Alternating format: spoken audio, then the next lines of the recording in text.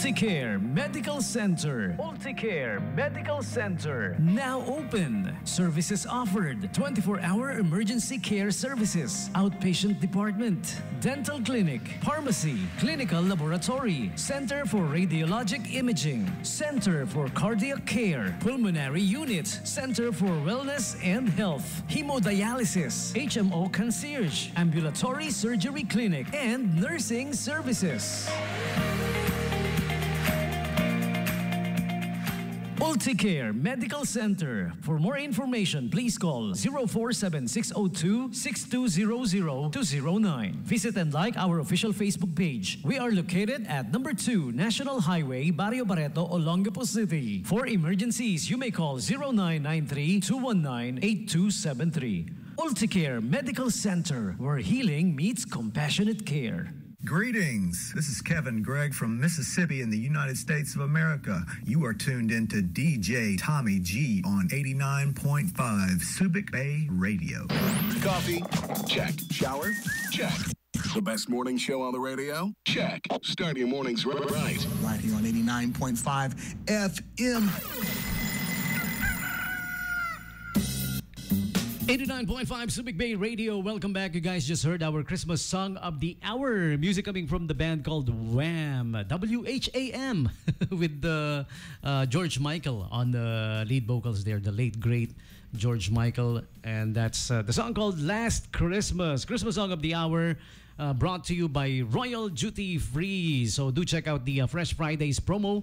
Double your points on your Royal Privilege cards whenever you purchase every Friday. On the fresh section, meats, poultries, fish, what have you, chicken, ano pa ba? Vegetables and fruits, and even pastries and breads. Ayan, okay? So, double the points every Friday yan, ha? When you shop Friday at their fresh section, okay?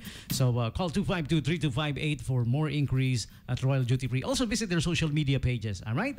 And Christmas countdown, Bay FM countdown, 77 days to go before Christmas.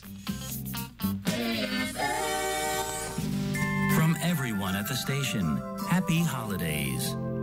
Yeah, happy holidays. 77 days to go. Ang bilis na niyan, ano? Ayan, okay. Speaking of mabilis na ang Christmas, parang wala yatang kilalaman, ano? Pero BSP is having a piso caravan. Yun. Or you guys had it. Tapos na po, ano? Ayan, Madam Cherry and Madam Lourdes, live here at the station. Hello, Madam. Good morning po sa inyong dalawa. Yes, good morning, DJ Tommy. Good morning po. Namin, ha? Ako rin, na-miss ko rin kayo. Ang tagal. It's been a long time since you've been last been here, no? And hopefully, maging regular na ulit ang visits natin. Oh. Well, yes, pakilala ko muna yung kasama kong DJ. Yes po, sige po, go ahead. I'm with Miss Cherry Rene Pongco, our Bank Officer 2 from the BSP North Luzon Regional Office. So we're both from the BSP NLRO. And our office is headed by our Regional Director, Attorney Neil Q. Malimban. And our division, or the REAS, Regional Economic Affairs staff, is headed by the very competent Acting Bank Officer 5, Ms. Rodora Teresa Opeñano. Ayan, buong pangalan. Yeah. Okay. Yes, you're correct. Sabi mo kanina, medyo walang relate. Alam mo, relate ang BSP pag Pasko. Relate. Why? Yun. Iko-connect natin yan. Lagi tayo may connection dyan. So, pag Pasko po, of course, we have an increase in spending. Sarap-sarap naman talagang gumastos pag Pasko. Opo, totoo yan. Ayan. Kaya nandito po ang Miss Cherry Pongco para bigyan po tayo ng mga tips and konting bigyan ng tips, advisory, konting pa-warning dyan. How can we protect ourselves from being victimized by counterfeiting activities. Yun, naku, napaka-importante nito. At saka may dalawang mga pangyayari sa Pilipinas kung saan somehow lang naman to, nagpo-proliferate ang mga counterfeit money. Number one, during Christmas season. At ikalawa, ang kapanapanabik na eleksyon. Ngayon darating na. Oo nga, no. Nagkakalat pag election season, ano. Yes, and you're correct. we recently had a Piso Caravan in the LGU Castillejos. Yeah. Shout out sa ating Peso Zambales na partner natin for this activity. They invited us to participate in this 2-day job fair at the Zameco 2, Castillejos, Zambales. And we had a very successful exchange activity in Zameco 2. And thank you for announcing this activity. pleasure's ours DJ. always. Yeah. Napanood ko yung I think- promote mo nito. Kaya Yeah. napagod ang Ma'am Cherry dahil ang dami niya pong pinagdikit-dikit doon ng mga mutilated and counterfeit notes. And you mentioned that it tapos na, but yesterday, don't lose yeah. hope sa ating mga stakeholders na because we will be doing this on a regular basis. Hopefully we can hop from one LGU to another to conduct this Piso Caravan. At mamaya ko explain ano yung Piso Caravan na yan at sino ba Yes. yung mga partners namin, currency exchange centers and partners, and we would like to promote having more of it. But for now, let's give the floor to Miss Cherry Pongko para bigyan niya po tayo ng mga kaalaman para sa okay. pagkilatis ng tunay Mga at tips na huwad na mahalaga. pera. Yeah, Take it okay. away. So, good morning, DJ Good morning, Tommy. madam. Good Good morning morning po po. sa listeners ng Subic Bay 89.5 FM po. Sabi nga po natin, no, malapit na yung Christmas season, malapit na rin yung election. So, definitely, dadami na naman po yung kumakalat na mga counterfeit na pera. So, it's very helpful po na alam natin kung paano kilatisin yung ating mga hinahawakan na pera. Tatandaan lang po natin yung ating feel, look, and tilt technique. So, Feel, look, and tilt. yes. So, pag sinabing feel, syempre, pag hinawakan natin yung pera, dapat mafe-feel natin. Pag paper money po ito, magaspang. Pagka naman polymer, yung 1,000 piso polymer natin, dapat makinis naman Makinis. po yung surface niya. And also, dapat mafe-feel din natin yung mga tinatawag na embossed prints. Yung mga Embossed, yeah. details ng pera natin na naka-raise na mga prints. Pag sinabi naman nating look, pwede nating itaas against the light para makita natin yung iba pang mga nakalagay na security features kagaya ng security thread. Ang security thread, ito po yung parang line na nakikita natin na malapit sa center, malapit sa gitnang portion ng pera natin. Also, andyan din po yung watermark, yung tinatawag po nating konsensya ng Konsensya. ating pera. No? Lumilitaw Yeah. din po siya sa side ng ating pera. Pag sinabi naman po nating tilt, medyo itatagilid natin or ibahin yung angle sa light para ma-observe natin yung mga color-changing properties ng ating banknote. Yes. So, Kakibat yan, sisipatin mo no? yes, Kaya opo. tinitilt mo So, hindi Titingnan siya mo. enough na very kampante tayo dun sa color ng pera. Kasi ngayon, pag sinabi mong blue bills, alam mong 1,000 yun eh. So, hindi enough na alam mo yung color. Dapat kikilatisin mong mabuti. You take the Yeah. time to really check kung talagang tunay yung hawak mong pera. At ano yung mga nakikita pag tinitilt mo? Parang gano'n. Yes. Andyan po yung mga nagpapalit ng color, especially po sa 1,000 natin, saka sa 500, since ito talaga yung highly counterfeited natin na banknotes. May mga parts po dyan na nagpapalit ng color whenever you tilt the banknote. Galing, no? Yeah. So, those are important tips para hindi ka mapepeke yung mga bagay na yun. Tandaan nyo, tatlo yun, ano madam? Feel, look, look, and tilt. Feel, look, and tilt. FLT. Yun. Yes. So yan yung namin yan yung 3 methods to determine yung ating authenticity or genuineness ng ating banknotes. And Okay. if I may add, no, DJ, yung Yes po. parang tayo lang yan, gwapo't maganda. Yun, naman. So, very fine and distinct. Sharp ang mga linya. Even the portrait, kitang-kita mo, very concentric yung mga mata ng mga naka-portrait dyan. Malinaw na malinaw. Walang smudges, hindi nagkakalat yung ink. So, iba talaga ang tunay at ang Peke. counterfeit. Ang kaibahan nila makikita Sa itsura talaga. pa lang, yeah. kikita na Sa natin. itsura no? pa lang. Lagi naman pong ganun. Pag original, talagang maganda Mas yung maganda. quality. Pag Maganda yung fake, quality. kahit anong fake yan, pangit Yeah. talaga yung quality. Parang pag-ibig lang din yan. No? Yung original talaga ang the best. No? Huwad yung na fake, pag-ibig. huwad. Hindi nagtatagal yun. Yeah. But Naisingit for lang. genuine notes, Yeah. if nagtatanong din po ang ating mga kababayan, why do we replace or hindi pa pala replace? Bakit meron tayong coexisting 1,000 piso Oh yeah, coexisting. Yeah. paper banknote and 1,000 piso polymer. So this we tag this as the first polymer piso. Piso Okay. banknote, no? Polymer piso banknote ng ating bansa. Okay. At of course, we want to to be aligned with the technology na ginagamit na rin ng other countries. We want to elevate yung security features ng ating pera. No? Mas mahirap po itong magaya, mas mahirap ma-counterfeit because of the added security features compared to that features na nandun sa ating paper banknotes. But nonetheless, we want to remind our consumers, all of us are financial consumers, gumagamit po tayo ng pera bilang pambayad ng mga produkto at serbisyo. No? And we want to emphasize that even if it's folded, still its value. Ayan, sana may mga listeners natin, no? Yeah. You may want to follow the BSP Facebook account. Nakita ko very recent post doon, yung folded polymer. Kalat noon kasi yung issue na yun ng fold, no? Ay, natupi, ayaw. May mga nag-away pa. Ayaw tanggapin dahil natupi. Yes. So, ano naman, but it doesn't give us the ano ba tawag doon? Yung hindi yun reason. pagpapayag na pwede talaga siyang i-fold. Pwede Alam mo, talaga, DJ, meron tayong partiality when when dealing with our banknotes, di ba, Miss Cherry? Baka may mga kamag-anak kayo dyan abroad na binibigyan kayo mga foreign currencies. For sure, ayaw nyo siyang i-fold. Ayaw nyo siyang itupi. You're putting it in a safe, kumbaga sa wallet, baka, minsan pa inipit pa sa libro, no, TJ, para lang wag ma-fold. But for our Philippine banknotes, very easy, hindi tayo nagwa-wallet.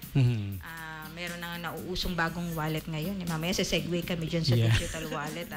But what we want to promote on this project, okay, I'll go to the Piso Caravan, we want to, of course, number one objective of this program is to expedite yung pag-siphon natin, pagkuha ng mga maruruming pera sa sirkulasyon. Makolekta na. Ayaw natin ng mga pangit na umiikot.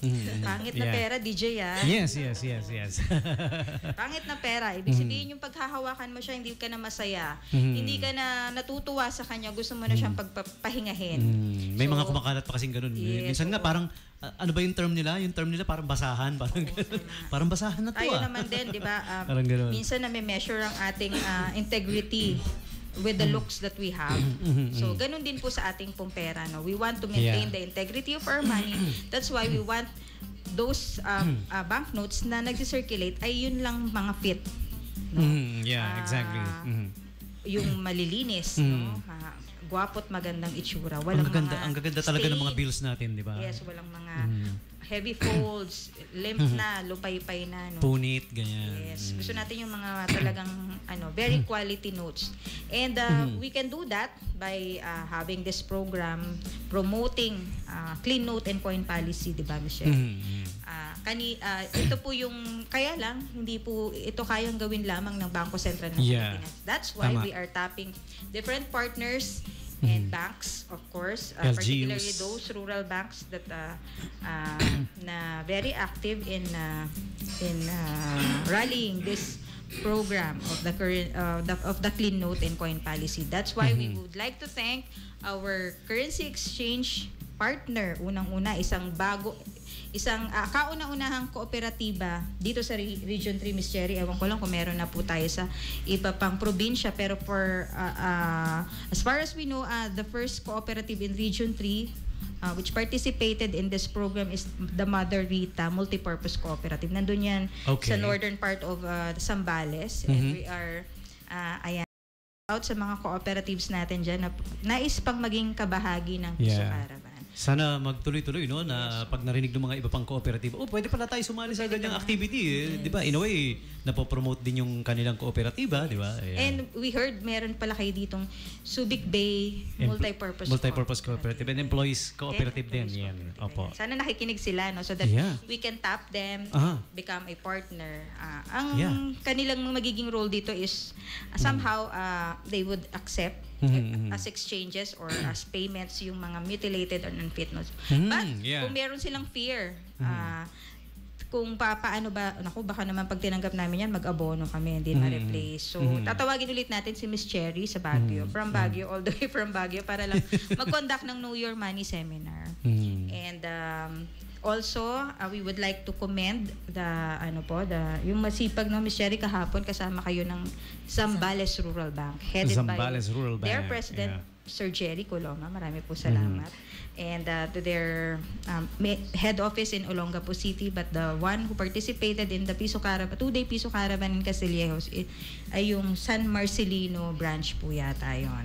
So marami pong salamat, and rest assured that we will continue to partner with you, and ano bang mabibigay pa po na tulong ng BSP sa inyo para mapalitan yung mga nakolekta po ninyo ay will explore doon sa mga improvements pa no Miss Cherry. Ayun, siguro we can I can tell them siguro yung kooperatiba natin dito na to be part of magpapadala this. na lang ako sa iyo, Sir DJ, na baka may mga additional pang partners so that you can sana ma-promote natin na pwede siya anong oras pwede silang papalitan o doon sa mga particular branches nila. Yeah, and they will be well equipped with the knowledge naman talaga kung ano pa talaga yung acceptable sa hindi na, dahil you guys will be giving them something like a seminar or lecture on the Know Your Money. That would and be nice. Dadagdagan pa po ni Ma'am Cherry because we're already promoting sabi natin kanina, gusto natin ng malilinis na pera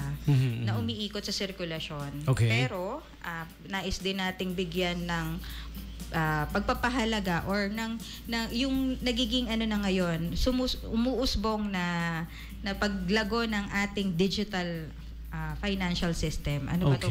Yes. Meron na tayo kasing digital money. So, konti lang pong promotion ng ating digital finlit, Ma'am Cherry. Take it away. Digital money. Okay. Yes. Baka gusto rin po nating i-consider ngayong Christmas season sa pagbibigay po ng mga aginaldo natin.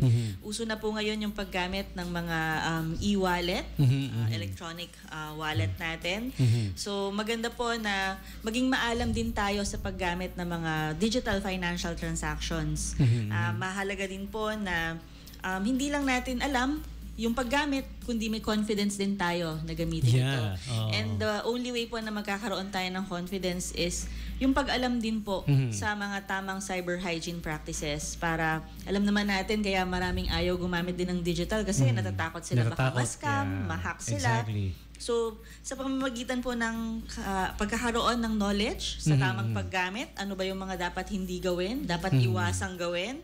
Wag nating basta-basta binibigay yung mga personal information natin sa mga taong di natin kakilala. Wag tayong basta click ng click na mga link, especially kung unknown po yung mga senders. So, by being aware of these things, mga do's and don'ts sa proper use of digital financial applications, mas magkakaroon tayo ng confidence sa paggamit ng mga digital platforms natin in terms of payments. The key there is you should be well equipped with the knowledge and the important infos. Alam niyo po ba, yung mga nakikinig ngayon na biktima na ng ganyan, alam niyo po bang bawat na biktima, bawat na scam, bawat na hack, may naging participation ka. Yes. Meron kang something na ginawa, binigay. Imposibleng nakuha lang kaya magandang alam mo yung sabi nga po natin ang consumer protection is a shared responsibility. So hindi lang yan sa financial institutions, hindi lang yan sa Bangko Sentral. Tayo din po as consumers dapat maging responsible tayo sa paggamit ng mga financial transaction platforms natin. Yun. Parang going back to yung ano natin kanina, hindi ka maloloko kung hindi ka magpapaloko. If you're well equipped with the di ba? Yes, you're correct ka dyan, DJ Tommy, no? May participation talaga tayo. Bakit tayo? Kasi hindi natin alam, maaaring ganun, yun.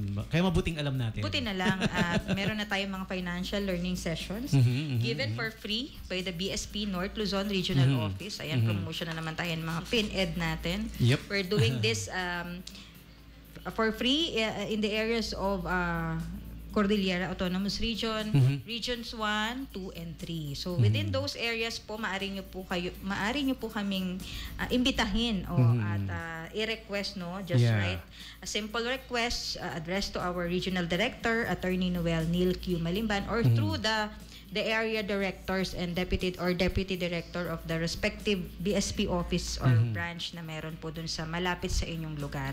Nais po nating batiin ang ating mga head ng BSP San Fernando Pampanga branch, Mr. Mark Jason Kagalingan, aka J Manalo. J Manalo. Kagalingan na. Mala J Manalo pa. Mala J Manalo. Oo nga. So all in na po yan. Just send us a request if your activity is within the provinces of Pampanga, Bataan, Zambales, and Tarlac.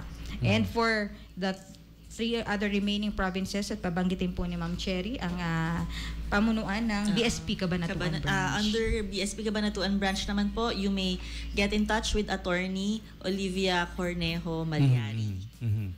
Okay. I know those are a lot para sa mga nakikinig ngayon. Pero yung mga stakeholders din natin dito sa Subic Bay Freeport, yung mga companies here, pwede rin if they wanna well aware, lalong-lalo na yung may mga cashier, yung may mga syempre may mga cash handlers, cash handling di ba? And even institutions, DJ, we would like to thank also our partner DTI Zambales, headed by their very competent Mr. Provincial Director Enrique Tacbad at ang kanyang mga staff po na kahapon ba yun, Ms. Cherry? Nung isang araw po, the other day, we were with them at the Olongapo City National High School. Nagkaroon po kami to ng financial literacy session and a Know Your Money session with the students. So for all the academic institutions within the provinces of Zambales, wag po kayong mag-atubiling mag-imbita sa mga taga-Bangko Sentral. Alam nyo, libre po ang mga financial learning sessions na to. You may invite us in any of your activities, whether it's a school-based activity or sa labas man to, just send us a request and we will be glad to assist you and accommodate ito pong mga activities po ninyo. As long as sent within the sana yung medyo may lead time lang tayo to assign a personnel to do yung mga kailangan po niya for his or her travel. Yun. And for those who are interested na gusto mag-request, shortcut way of doing that, alam ko hindi nyo po natandaan lahat ng mga binanggit nila. Facebook page, pwede naman. Kasi everybody's on Facebook now. Just look up the Bangko Sentral ng Pilipinas, mag-message po kayo doon. And then you will be led by whoever's operating the... Yeah. And also sana malagay na rin natin, sir, dun sa caption ng ating program ngayon. We have this official email address, Reyes, REAS-NLRO, North Luzon Regional Office, Reyes-NLRO at bsp.gov.ph. So, yung mag-message lang kayo doon. Sige po, sige. Anytime. If you have the time, PM nyo po sa akin para hindi ko makalimutan. Yes, we will. Kahit sa messenger na lang mamaya. Okay, para hindi ko malimutan. Baka malimutan ko Okay.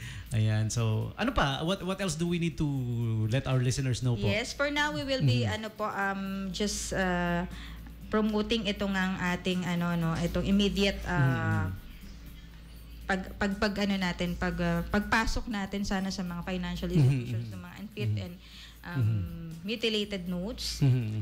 Plus, meron pa pala kaming nakalimutan ni Ms. Cherry. If we have that look and tilt, we would like to remind you of the 3 criteria na redemption value. Hindi kasi ibig sabihin na napunit, nasunog, kinain ng anay inyong pera ay papalitan na ito agad-agad ng Bangko Sentral. Meron po tayong mga karampatang pamantayan na tinitingnan for it to be classified as redeemable. Naku, DJ, di na pwedeng maibalik ang mga nasirang bagay natin. Kaya iingatan din, Iingatan hindi lahat. So, meron lang po tayong kayang palitan. Ito ay papasok doon sa kategorya ng 3 S. Unang-una pong S ay ang size o sukat. Size. Na dapat nasa bahagi pa ng, 60%. 60% at least of the banknote. Of the whole banknote. Is intact. Face, nandun. Meron kaming panukat niyan, huwag kayong mag-alala. And the second S would be any portion of the signature. Dalawa pa naman yung nakapirma yan, kaya more chances tayo, kahit po na lang, stroke na lang, tuldok na lang, hibla na lang ng pirma, basta nandun pa rin. Check na yun. And the last S, very important, security thread. Ito po yung security thread. Yung ating pong plastic thread that's embedded inside the note. In the middle. Oo, in the middle. Somehow, nasa bandang gitna, pero nandun lang yun sa side. Dapat mahagip yun. And it's not intentionally removed. Meron kasing may mga nagre-remove nun, pinaglalaruan. Meron, hindi nila alam sa pinaglalaruan, merong intention to put it in doon sa gagawin nilang counterfeit. There you go. Hina-harvest. Para gamitin somewhere else. Loko, So as long as those 3S are satisfied, for sure, the BSP can replace it. And with the assistance of our recognized currency exchange centers and currency exchange partners, this activity can be done easily. Kumbaga, hindi na kailangan. Kasi naman, Ma'am Cherry, pupunta pa ba naman yung taga-Pulo ng Sambales dun sa BSP Pampanga? Taga-Tawi-Tawi. Kung meron po tayong mga otorisado, ito pala, minsan nakakalimutan din po natin, all banks are authorized agent banks. All banks. All banks. All banks. Pwede sana sa kanilang ipapalit ito. However, due to, ano pa ba? May mga banks na tumatanggi. Kailangan pa lang natin talagang suyurin to, no, Ma'am Cherry, ang mga financial institutions natin. And especially dun sa mga bangko natin, if you want to request Know Your Money seminar from the NLRO, feel free to write us.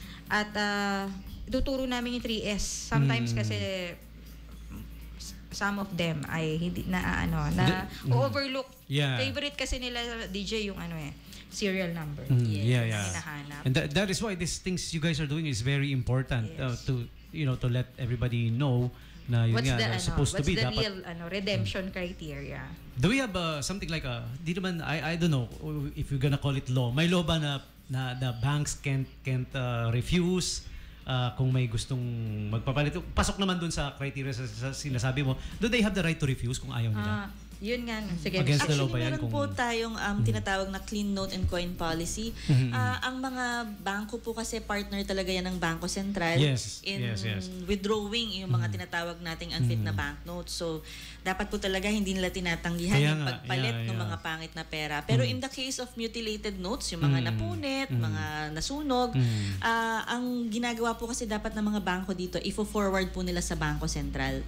So, sometimes po, pag hindi nila client, nag-i-incur po kasi ng additional service fee. Kaya minsan natatanggihan. Logistics, no? Yes. Pero sa mutilated lang po ito na banknotes. Pagka yung mga unfit lang po, yung mga madudumi lang, yung mga lukot-lukot, dapat talaga po pinapalitan po ng mga bangko. Yan malinaw yan di ba? Pati na rin yung siguro dapat siguro yung mga tindahan din pumayag na rin kasi sila naman yung direktang nagbabangko di ba? Sana kung sila yung direktang nagbabangko. But DJ, alam mo, minsan meron tayo kasing notion na hindi naman ako client sa bangko na yan, naman ako pumasok. Banking is a relationship Pagka wala kang relasyon dun sa bangko na yun, hindi mo mapasok ang kanyang buhay, di ba? DJ? Hindi mo mapasok yung establishment na yun because you have that feeling na baka hindi nila ako entertain. But with the establishment of our currency exchange centers and partners, pag nakita po kayong paskil, o ano ba yun, ating official signage, no?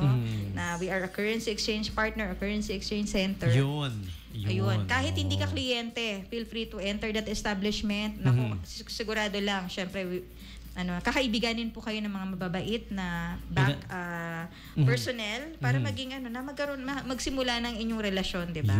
In-advertise na nga mismo Kaya yun po ang catch sa ating mga potential currency exchange partners and centers. So there you'll be promoted every time that you participate in our Piso Caravan. Mas malalapit po ang inyong produkto at serbisyo sa mga consumers, di ba? Exactly. Marketing strategy yan, di ba? Tama naman. So, papalit na po kayo sa kanila. I remember yung mga last visit nyo dati, we tackled the demonetization, yung mga old bills, naisingit ko lang, naalala ko may nagtanong pa sa akin kasi noon Sabi niya, paano DJ kung demonetize na to, mga lumang bill? Paano yung kagaya nung case minsan na na iniwang pera ng yumaong na nakalkal lang nila na tapos ang laki ng halaga, sayang naman, wala na raw talaga yun. Wala na po talaga yan, DJ. Sorry, dead end na pala talaga yun.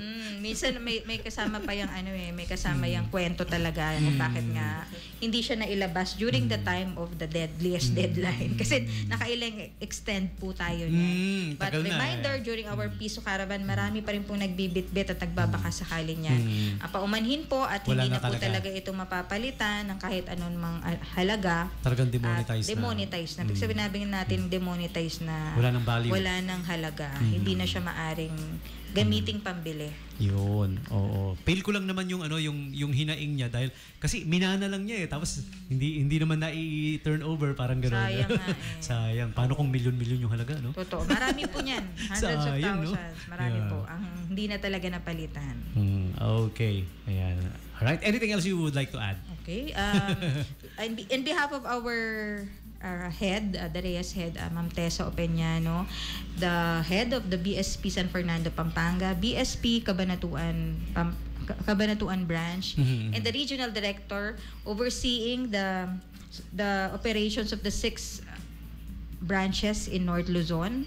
Ayan, marami pong salamat for giving us this opportunity to promote, number 1, ang ating pong Piso Caravan, at ang paghihikayat sa mga mamimili ng tamang pagkilatis ng tunay at huwad na pera. At ikatlo ay ang pagpopromote ng ating digital payments. And maihabol lang din namin, we have this Paleng QRPH Plus program wherein LGUs are enjoined to adopt this program by issuing a policy. It's either an ordinance, an executive order, or a resolution promoting the use of digital payments. Pero syempre, hindi muna natin guguluhin ang mga LGUs ngayon dahil busy sila. Hayaan muna natin sila. But for those LGUs who already launched and baka naman may gusto pang humabol for November and December na maglo-launch, welcome pa naman din po kayo. But we want to promote na magbigayan na po tayo ngayon ng mga pananalapi in a form of digital. And mas masaya yan, DJ. And napakadali no? Napakadali. The best of all, kahit na nasa malayo yung tao, kung gusto mo talagang mareregaluhan mo di ba? Exactly. Yun, hindi kailangang present siya. Hindi na kailangan magmano ang mga inaanak. Napakalaking Mag-message na lang. Even sa payment ng bills napakalaking convenience niya di ba? Hindi ka na umaalis ng akalain mo yun, pindot-pindot ka lang, bayad na yung bills mo versus pipila ka. Yes. Maiinitan ka. You'll be exposed from bacteria and diseases. Yes, exactly. Babiyahe ka pa. Kung medyo very malayo safe pa din po against counterfeit. Yes, exactly. Iwas peke. And tapos, exact ang ating payment. Tama. Wala nang suklian. Tama, exactly. Yun ba? Isa pang magandang feature no? Madami talaga pong benefits ang bigay natin dito. Practicein lang po natin until makasanayan natin ito at maging way of living na natin. Yeah, maging well-aware lang talaga din. Well-educated on how to use it properly para hindi, alam mo na, hindi ma-hack, ma-scam. Gaya nga na sinabi ni Ma'am Rhea kanina, di ba? Kailangan yung kaalaman, di ba? And again, ang ino-offer nga po nitong mga kaibigan natin dito sa inyo is the learning sa mga bagay na to na for free. So, yung mga nakikinig ngayon, mga establishments, mga organizations, kung gusto nyong matuto, gusto nyong malaman, gusto nyong mabahagian ng kaalaman, lalong-lalo na yung mga tao ninyo na first and foremost, yung handler ng money, yan. Malaking bagay po ito to be well-equipped with it. And best of all, it's free. Yeah, they're just an email away or a request away. Yan. Okay. Wow, napaka fruitful ng I feel like I did an entire show. Yes. Dito na inform natin yung mga kababayan natin sa ganitong mahalagang impormasyon po. Maraming salamat Ma'am Lourdes. Maraming salamat. And Ma'am Cherry. Thank you so much po. Sana mawili kayo. Yes, don't for hesitate. Sure. Just you want to schedule lang natin lagi. Come back sa iba pa pong mga topics na pwede po namin ibigay sana. Exactly. Yeah. Or simply to invite everybody sa mga activities natin. Okay. Imbitahin natin sila, Miss Cherry, because this November 25 hopefully it will be the exact date na Miss Cherry, for our stakeholders who will be receiving invitations from the BSP North Luzon Regional Office. We will have our stakeholders awards and appreciation ceremony. And sana matuwa po yung mga makakatanggap ng pagkilala dito sa okasyon na ito dahil kayo po yung mga katuwang ng Bangko Sentral sa pagbibigay ng napapanahon ng makatotohanan at timely and relevant, no? Timely and relevant. Yeah. Yung magagamit po ninyo sa inyong pang-araw-araw na impormasyon. Yeah. Maraming salamat mula sa BSP North Luzon Regional Office at shout out mo na yung mga kasama natin sa Reyes. Yeah, definitely. Hello po sa mga nasa Baguio ngayon. Sana na po magta-travel, no? Tangin ba? Ngayon ang pasa nyo yung video sa kanila. Yes po. Yeah, sige po. Babanggitin niyo ba yung names? Sige, go. Ay, hindi baka, na. baka may makalimutan, may You know magalit who you pa. are. Basta nilahat na lang nga Silang naman. lahat. oh. And Walang- also walang from, ano. yes, not just from the North Luzon Regional Office, no? Yeah.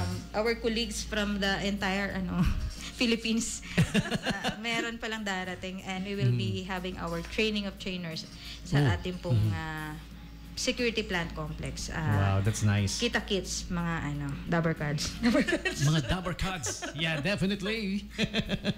Okay. So maraming salamat again, Madam Lourdes, Madam Cherry, for dropping by and sharing this, beautiful piece of info sa mga tagapakinig natin. Ayan. We will take the quick top of the hour break. This will be real quick. Huwag po kayong aalis. We will be right back. Thank you, Madam. Maraming salamat po uli. Thank you po. Okay. Kahit babae ako, kaya kong maging sundalo at humawak ng